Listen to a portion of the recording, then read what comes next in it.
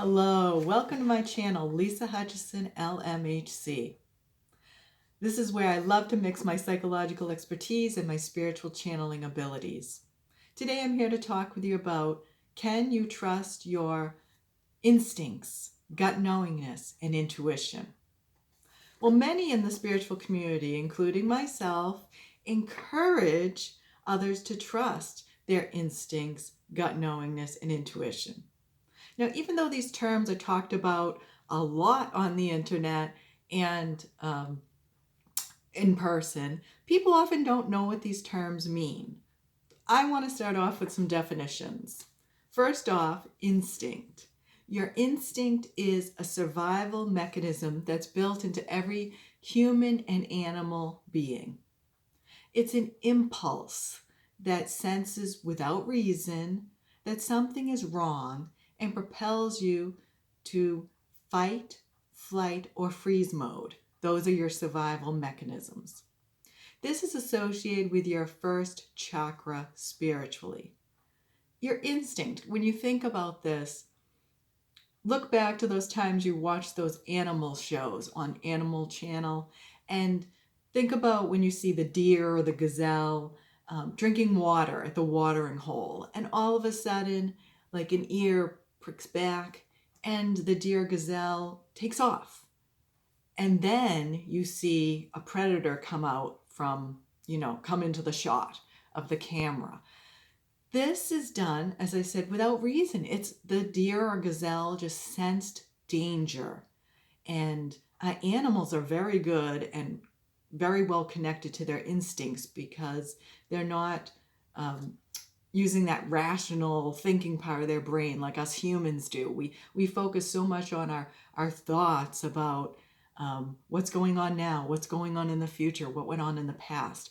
Animals are really experts at being in this moment, being in the present. So they are really good examples of instinct. And we also have this mechanism within us. If we can slow down to the present moment and tune in. Now, gut knowingness is a feeling that's in your gut. So we're talking about that second and third chakra here. So the area kind of beneath your breast there, all the way down to your pelvic area. That's your second and third chakras. So when we talk about this, did you know that there's a second brain? Okay, and your second brain is built in your digestive system. So yes, there are actual brain cells that are found in your digestive system. Look that up. But it's not based on reason or logic. We can't access really what these cells are thinking, so to speak.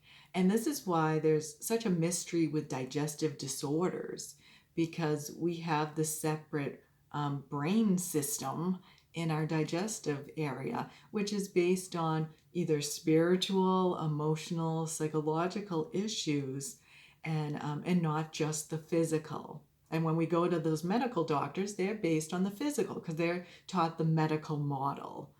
So think about that if you're suffering from digestive issues. And there are many great books out there about it. And there's one called A Second Brain, or The Second Brain. All right, so when you think about your gut knowingness, it makes sense when someone uses that expression, go with your gut, because they're saying basically tune into that area. Do you feel comfortable with your decision, comfortable with this person? And trust that. Now, your intuition is your sixth sense. It's a knowingness, but it's based on the spiritual level. So it's not based on physical or rational. It's just the spiritual knowingness. And it's associated with the sixth chakra, which is right here in between your eyebrows. And it's called the third eye. And you may have seen that in pictures of spirituality where they have a third eye. So this is just, you just know. And there's no reason, there's no logic. You just know this stuff. So what throws people off about these instincts, gut knowingness, intuition, as it's not based on fact or anything tangible that you can see or you can feel or wrap your hands around. So this kind of doesn't jive with people who are more on the thinking than feeling level. There are many instances, though, which we cannot deny, of people who say they listened to these sensations, listened to these feelings, this knowingness, instincts, intuition, and it said it saved their lives. I know many times in my life, I had some sensations and I ignored them, and it led to me becoming hurt. And there was also other times I listened to these sensations and it worked out well.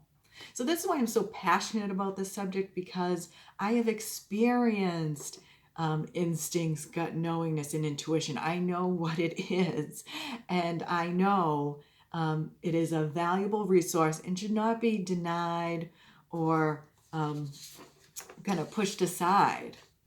So how, when does getting, when can you get in trouble if you listen to your instincts? So these are some examples of that. So if you're in the habit of ignoring your instinct, gut knowingness, or intuition, you just won't trust it. And this isn't something you can turn on and off at will. These skills require practice, patience, and openness, a willingness to learn, a willingness to listen. So if you decide all of a sudden, I'm going to trust the sensation out of nowhere, you may not recognize it and you may mistake it for a regular thought or feeling. So this is something you have to practice, something you have to sit with. If you're a person who is not connected to your feelings, or you numb out your feelings, you will have difficulty connecting, because you really need to be connected to your feelings in order to access this kind of openness.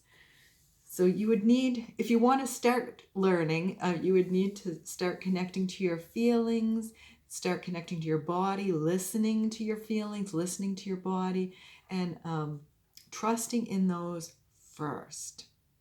Now, some people use these terms, instinct, gut knowingness, intuition, but they're really just projecting their unconscious bias onto others. So it's not okay to discriminate against others based on racism, sexism, or ageism, and just tell others, well, I got a bad feeling about them. That's not your instincts. That's discrimination. So that's a different situation. What we are talking about is an energetic, a spiritual sensation, and we all have it. It's just whether we open up to this gift. So in answer to your question, can you trust your instincts, gut knowingness, and intuition? I would say if you are someone who is healthy on the spiritual path and are balanced, then yes, of course you can. If you are someone who tunes out their emotions and feelings, then no. You're going to have to learn to tune into your feelings first, tune into your body first. And trust those. But this is something you can develop if you have the willingness and you want to do it. If you've enjoyed this video and resonated with it, please give it a like, thumbs up down below. I thank you for all your comments, your shares. I appreciate that. If you'd like to receive more videos, hit that red subscribe button. And until the next time, take as good care of yourself as you do others.